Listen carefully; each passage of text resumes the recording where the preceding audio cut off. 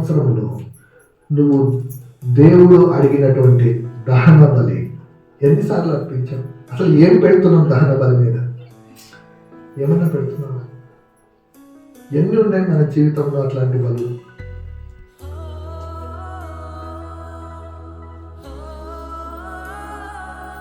రెండు 2018 సంవత్సరంలో నవంబర్ మాసం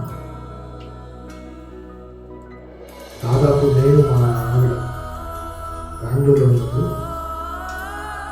చాలా మంచి జీతాలు వచ్చాయి. మా మిస్సెస్కి మహబూబాబాద్లో జాబ్ వచ్చిందని, సరే పోమ్మా నువ్వు అక్కడ వెళ్ళి 2-3 నెలలు చూడు, నీకు నచ్చకపోతే వచ్చేస్తుంది అనేసి పంపించి నేను బెంగళూరులోనే ఉండిపోయాను. బెంగళూరులో ఉండిపోతే నన్ను అప్పుడు నాకున్నటువంటి పరిస్థితులను బట్టి నేను అనుకుంటున్నాను, మా ఆవిడకి ఏమంత 50,000 జీతం మనకు గవర్నమెంట్ జాబ్, నాకేమో 4.5 లక్షలు నెలకి, వచ్చేస్తాదేమో 2-3 నెలల్లో అనేసి అనుకుని తను మహబూబాబాద్లో, నేను బెంగళూరులో 3-4 నెలలు ఉన్నాను. తను ఇక్కడ, నేను అక్కడ అప్ అండ్ డౌన్ చేస్తాను.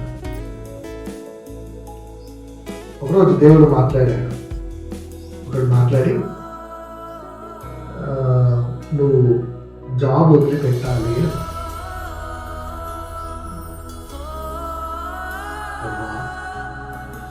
4 లక్షలు జీతం, జాబ్ వదిలిపెట్టాలా? ఎక్కడికి పోవాలి ప్రభు? మహబూబాద్కి పోవాలా? ఎలా సాధ్యం ప్రభు? ఇట్లాంటి పరీక్షలు నీకు ఎలా పెడతావు నువ్వు? ఏం లేదు, జాబ్ వదిలిపెట్టి వెళ్ళిపోవాలి, సింపుల్, అంతే. దేవుని వాక్యంలో నాతో నా క్వైట్ టైంలో మాట్లాడు. ఎట్లా? మా ఫ్రెండ్స్ని ఫోన్ చేసిన, అదే నేను బెంగళూరు అనేసి మహబూబాద్కి వెళ్ళిపోదాం అనుకుంటున్నాను. ఇంకా ఫ్రెండ్స్ చాలా విపరీతమైన ఆలోచన ఇచ్చారు. పిచ్చోడా, ఒక్క 5 సంవత్సరాలు చేసుకొని వెళ్ళిపోరా, ఒక్క 5 సంవత్సరాలు సంపాదించి కూడబెట్టుకొని వెళ్ళిపో, తర్వాత హ్యాపీగా ఉండు, ఏం అవసరం లేదు. వాళ్ళను వీళ్ళను అడిగాను. లోకరీత్యా కష్టమే, చాలా కష్టమే. లోకరీత్యా చాలా మంది, నాకు తెలిసి 199 మంది వదలొద్దే అన్నారు, వదిలిపెట్టొద్దు అన్నారు. ఏం చేయాలో అర్థం కాలేదు. కొన్ని రోజులు పోయినాయి, ప్రేయర్ చేస్తున్నాను, ప్రభా ఏంటి ప్రభా ఇంత భయంకరమైన పరీక్ష పెట్టావా? ఎట్లా ప్రభా? చిన్నప్పటి నుంచి కష్టపడి చదివి, డిగ్రీలు సంపాదించి, టాప్ కాలేజీలో చదివి, ఇంత చేసి ఎంత మంచి ఉద్యోగం సంపాదిస్తే వదిలిపెట్టమంటావా? లోపల ఆలోచనలు ఎన్నో పుట్టుకొచ్చినాయి. ఒకరోజు రాత్రి దాదాపు 1:30-2 అయింది, నిద్ర రావడం లేదు. రాకపోతే ప్రేయర్ చేసుకుంటున్నాను, ప్రభా నిద్ర అంటే మైండ్ ఎట్లా అయిపోయిందంటే నేను నిద్ర కూడా పట్టడం లేదు ఈ ఆలోచనలతో. ఏంటి ప్రభా, ఎలా ప్రభా, నా పోషణ ఎలా, నా జీతం ఎట్లా, నన్ను ఎవరు పోషిస్తారు, నేను అక్కడికి వెళ్ళిపోతే అక్కడ ఏమన్నా ఐటీ కంపెనీలు ఉన్నాయా, సాఫ్ట్వేర్ కంపెనీలు ఉన్నాయా, ఏంటి ప్రభా? ఏం లేదు జాబ్. నా మౌనం, శూన్యం. రాత్రి దాదాపు 2 గంటలైంది, ఏం చేయాలో అర్థం కావడం లేదు. అప్పుడు దేవుడు ఈ వాక్యాన్ని నాకు జ్ఞాపకం చేశాడు. 12వ అధ్యాయం ఆదికాండం. అబ్రహాము జస్ట్ దేవుని ప్రామిస్ని తీసుకొని విధేయత చూపించాడు. ఇప్పుడు నువ్వు విధేయత చూపిస్తావా లేదు అంటే సింపుల్ ఒక ఆలోచన వచ్చింది. ఇప్పుడు దేవునికి ఎస్ చెప్పాలా, నో చెప్పాలా? ఆ బలి ఇవ్వడం చాలా కష్టం, అంత ఈజీ కాదు.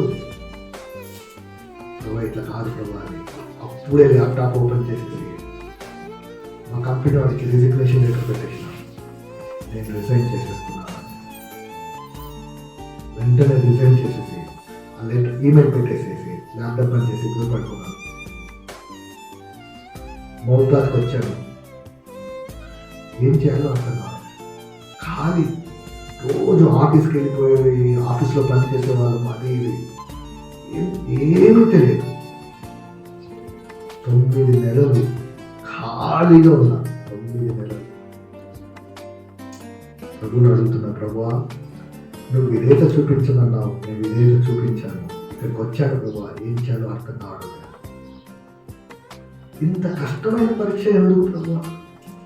అక్కడ ఉండింటే నీకు దశమ భాగము డబల్ ఇచ్చేటోనిగా, సేవ కావాల్సినంత ఇచ్చేటోనిగా. ఎందుకు? ఏం సమాధానం లేదు, మౌనం. అప్పుడు దేవుడితో ఒక నిబంధన వేసుకున్నాను, ప్రభువా నువ్వు గిన నాకు ఇక్కడ నా ఫ్యామిలీని పోషించుకోలేదంత డబ్బులు నాకు ఇవ్వకపోతే బెంగళూరు ఇట్లనే నా కుటుంబంలో పోషించుకోగలిగిన డబ్బులు నాకు ఇస్తే నేను ఉంటా, లేకపోతే మనం ఎవరితో మాట్లాడతాం? దేవునితోనే మాట్లాడతాం. దేవుని అడిగా ఒకరోజు రాత్రి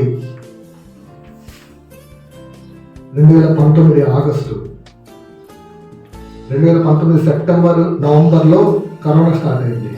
3-4 నెలల ముందు ఒక కంపెనీ వాడు ఫోన్ చేశాడు.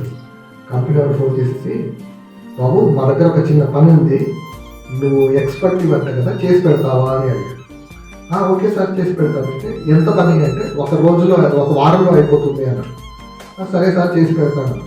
మళ్ళీ అదే రోజు రాత్రి 9 గంటలకు మళ్ళీ ఫోన్ చేసి, సరే నువ్వు పొద్దున్నే ఆఫీస్కి వచ్చాను. ఆఫీస్ ఎక్కడంటే బెంగళూరు. నేను లేదు సార్ ఆఫీస్ కాదంటే, కాదు కుదరదు, అట్లయితే నువ్వు వద్దు, మేము వేరే వాళ్ళని చూసుకుంటామని వేరే వాళ్ళని. అదే రోజు రాత్రి మళ్ళీ 11 గంటలకు ఫోన్ చేసి, సరే ఒక వారమే కదా, నువ్వు ఇంట్లో నుంచి అన్న పని చేయాలేసి ఒక వారం పని చేయి, ఆ పనికి కావాల్సిన ఏమేమి కావాలో మొత్తం మాకు లిస్ట్ ఇవ్వు అనేసి అన్నాడు. నేను రాత్రి 11:30కు ఒక లిస్ట్ ఇచ్చాను. లిస్ట్ ఇచ్చిన తర్వాత పంపించిన తర్వాత పొద్దున్నే నాకు 7 గంటలకు ఆ కంపెనీ డైరెక్టర్ నాకు ఫోన్ చేశాడు.